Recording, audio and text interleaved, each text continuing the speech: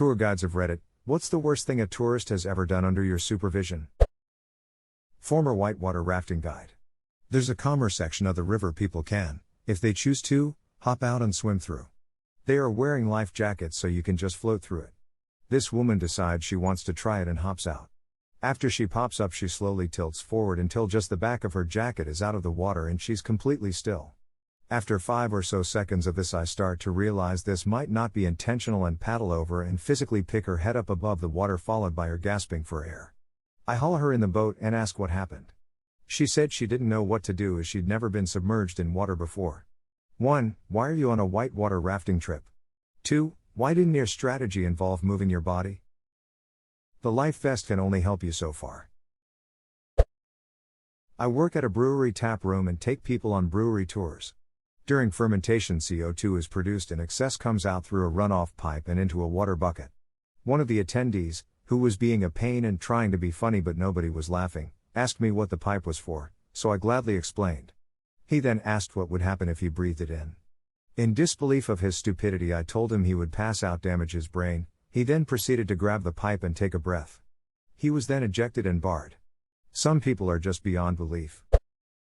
Saw a kid chip off a piece of an expensive sculpture. He was playing within the restricted area and his parents didn't bother edit. Just to clarify, I don't work as a tour guide, I was just a member of the tour. I also did not get to see if the family had to pay any penalty or fine. Make the parents pay for restoration.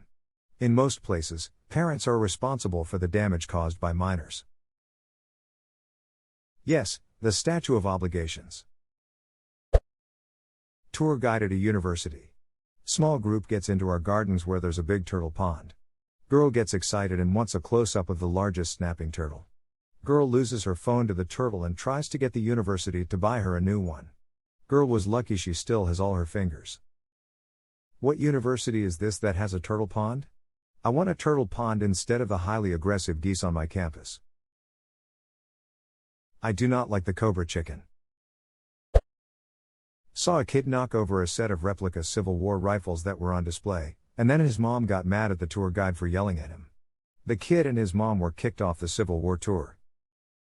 There is a reason why they hide the accurate actual artifacts relics evidence. Most of the actual artifacts were kept behind glass, but the rifle replicas were only behind a piece of rope. The kid was definitely old enough to read the signs warning people to not touch stuff and to stay within the tour zone.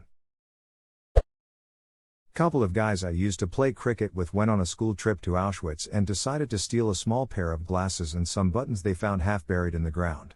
They were detained by Polish police while they were leaving the site. Hard to know what goes through people's heads sometimes. On the subject of Auschwitz, I work with a dude whose go-to badass story is that he snorted coke while walking around Auschwitz. I've probably heard him tell 25 people or so the same story, and every person kind of looks at him like he's a ducking piece of shit, and then they try and change the subject. To this day, I don't think he understands why no one sees it as badass.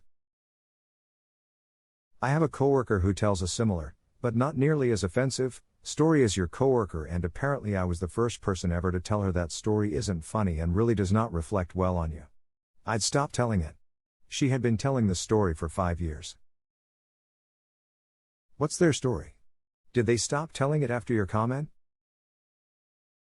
Coworker's university roommate was depressed, and the coworker was, and I quote here, sick of her being so mopey all the time, so I made up a story about her threatening me and told my raw, and my roommate got kicked out of the residence and then she dropped out of university.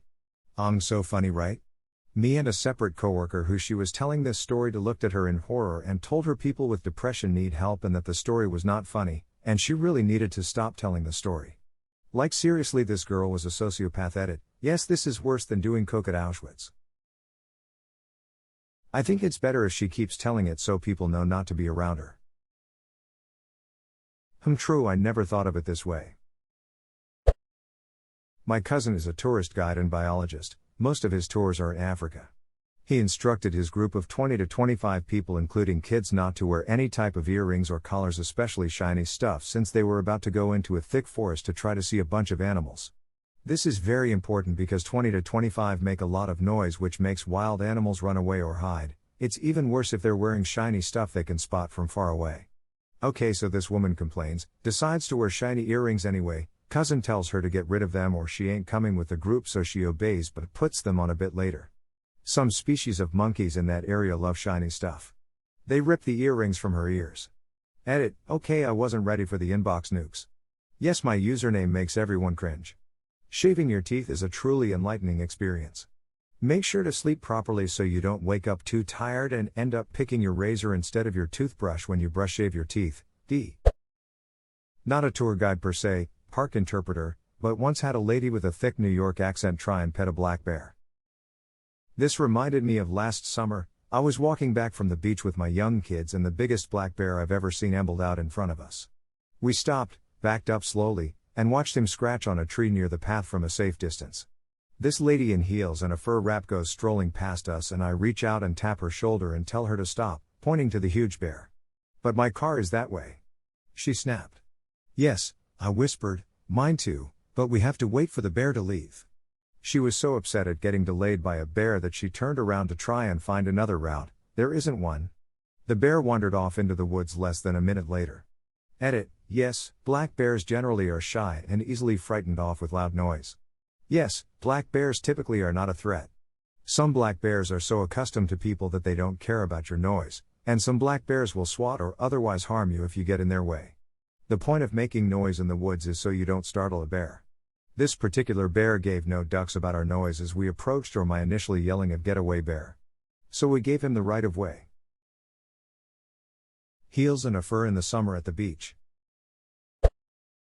I was working on a tourist island in Australia when this man pulled out almost all the back feathers of a peacock because he wanted to keep one. He sneaked up behind it and grabbed a huge handful and yanked them all out. He was immediately escorted off the island. The peacock had a huge bare patch and most of its beautiful feathers were gone. I watched a man run up the side of the platform the Winged Victory statue is on in the Louvre and throw his arm around it for a photo. Security got him down pretty quickly. I'm shocked he actually made it up there. I actually had a very hard time with the Louvre because of shit like this. So many camera flashes at point blank, people constantly touching shit that really shouldn't be touched. Everywhere I looked there was someone being a shithead to something irreplaceable.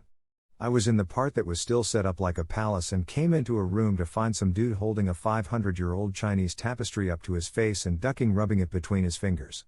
I lost it on him a bit, asking what the fuck he was thinking, why he would do something like that, and his only response was "I wanted to see." And shrugging. Ultimately I'd trust the folks that put stuff on exhibit to have weighed the risks of this sort of moron's impact versus the value of sharing access with the world. But holy hell does it make my blood boil. I've never been. Can you explain why everything seems to be so accessible?